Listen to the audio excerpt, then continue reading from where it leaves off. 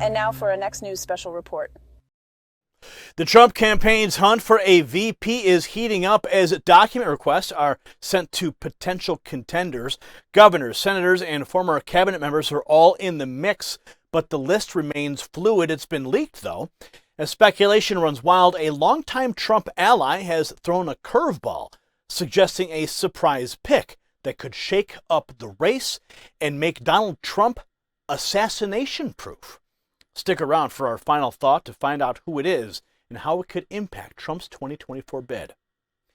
Now, just as the Trump campaign is carefully vetting potential VP candidates, it's crucial that we, as citizens, thoroughly examine the information that we consume. Now, for years, our channel, the Next News Network, has been a steadfast source of truth, much like a reliable running mate. However, like a campaign facing challenges, we now find ourselves in a precarious position. YouTube has demonetized us. They are trying to bankrupt us. They are threatening our ability to continue our mission. Yes, I say it all the time, but the facts of the matter are true. We are on life support here at the Next News Network, and we need your support to keep fighting for the truth.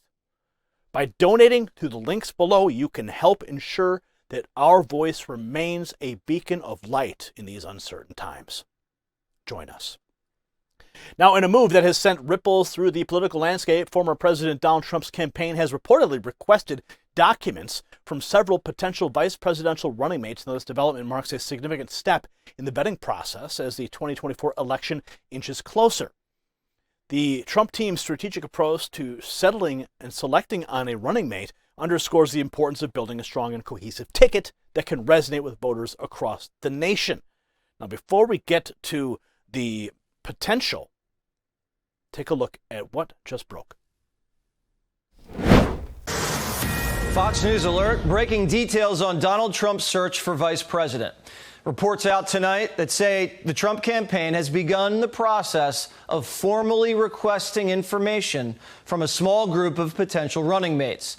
The vetting process has begun. The potential candidates are North Dakota Governor Doug Burgum, Florida Senator Marco Rubio, and Ohio Senator J.D. Vance.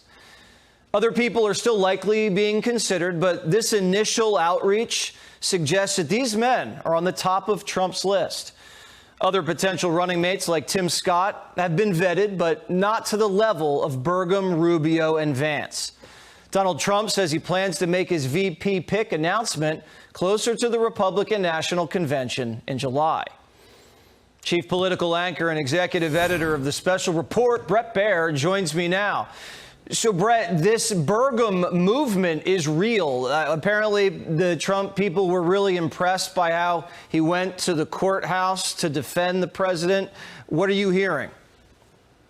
Yeah, Jesse, good evening. The Burgum movement is real. Paperwork is being exchanged. And you're right to point to those top three. They definitely are under consideration for VP. But sources are telling us that that list is a little longer than that.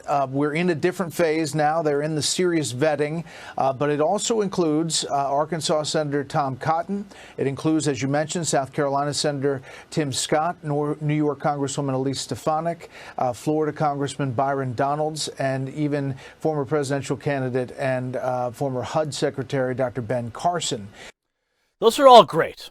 Those are all great. But when we get to the assassination-proof pick, as our friend Roger Stone has alluded to, that's the game changer.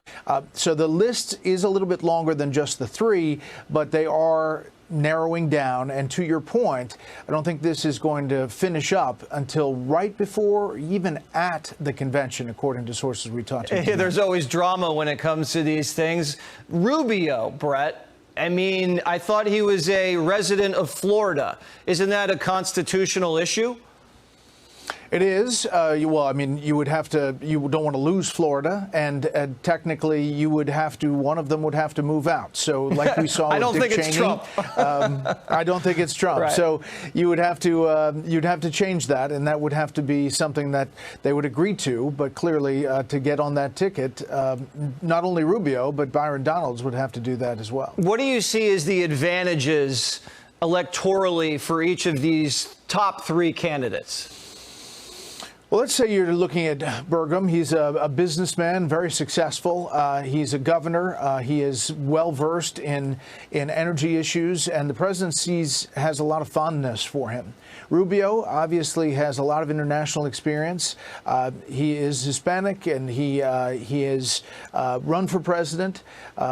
And Vance has a particular relationship with the president. He doesn't, regionally, he doesn't need Vance in Ohio. It's a pretty solid red state, but it does fit his loyalty and somebody that he could see working with. Now, the list of contenders believed to have received document requests is diverse, spanning across various levels of government. North Dakota Governor Doug Burgum, Senator Marco Rubio, Senator Tim Scott, Representative Byron Donalds, Representative Elise Stefanik, Senator J.D. Vance, and former HUD Secretary Ben Carson are among those rumored. Now, one of the little birdie whispered in my ear that said J.D. Vance is the one that's going to be picked. However, the campaign has emphasized that the list is fluid and evolving, suggesting others may also be in the running for the coveted number 2 spot. Now, as speculation mounts, campaign spokesperson has made it clear that Donald Trump only himself knows who and when he will choose his running mate. Now, this level of secrecy is not uncommon in presidential campaigns, as the selection of a vice presidential candidate can have a significant impact on the overall strategy and appeal of the ticket. The vetting process itself is rigorous and a thorough undertaking, designed to ensure that the chosen running mate is not only aligned with the candidate's vision, but also capable of withstanding the intense scrutiny that comes with a presidential campaign, like General Flynn. By requesting documents from potential contenders, the Trump campaign is demonstrating its commitment to a comprehensive evaluation process. While some of the names on the rumored shortlist have previously been floated as potential running mates, others have emerged as surprise contenders. The diversity of the group, which includes governors, senators, representatives, and even a former cabinet member, suggests that the Trump campaign is casting a wide net in its search for the perfect number 2. So as the campaign moves forward with the vetting process, all eyes will be on Trump as he inches closer to making a decision that could shape the trajectory of the 2024 race. And the choice of a running mate is not only a reflection of a candidate's priorities and values, but a strategic move to appeal to the key demographics and regions. If you got value from this report, tap subscribe. It's time for my final thought. And as we move into our final thought today, I want to get into that post that Roger Stone had made, because he is clearly stating that as the Trump campaign diligently vets potential candidates, Roger Stone, a longtime ally of the former president, I will also be on Roger Stone's radio show this weekend, so you need to tune in. He's put forth a compelling suggestion that General Mike Flynn, with his military background and unwavering loyalty to Trump, he could be a strategic choice that resonates with voters seeking strong leadership.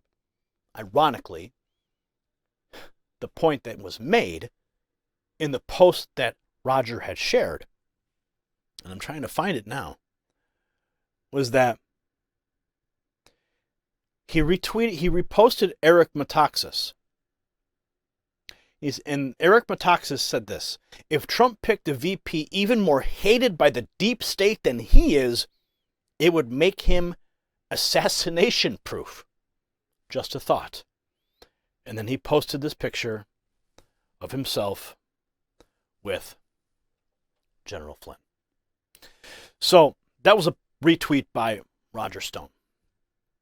And that is why I made this thumbnail image for this very video. Because I think of all the people that Trump could pick, I think that Flynn would be an absolutely epic selection for so many reasons. So many reasons. Now, I've said Carrie Lake too. I think she would be an excellent selection. She'd also kind of soften up the ticket. She might bring in more female votes, especially with all the issues that have been leveled against Trump with relation to women. Having a strong woman on the ticket could also really help him in that demographic. But, I mean, the fact of having General Flynn as the vice president, the loyalty, and the fact that, man, they would not want to assassinate Trump if General Flynn was their second in line to the presidency. It's a sick thing. It's a sick thing that we're even having this discussion right now.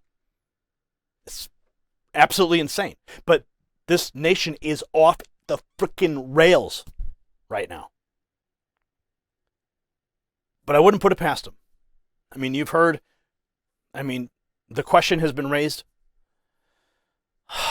Just pray for this country. Pray for the strong leadership. Okay? Pray for this family. Pray for them all. Because as the 2024 race takes shape, the decision of who will stand beside Trump is the one will undoubtedly have far-reaching implications for the future of our republic. Congratulations, you made it to the end of the video.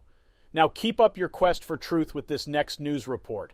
And if you found our channel enlightening, join the millions who agree with you. Tap subscribe. Thank you for watching the Next News Network.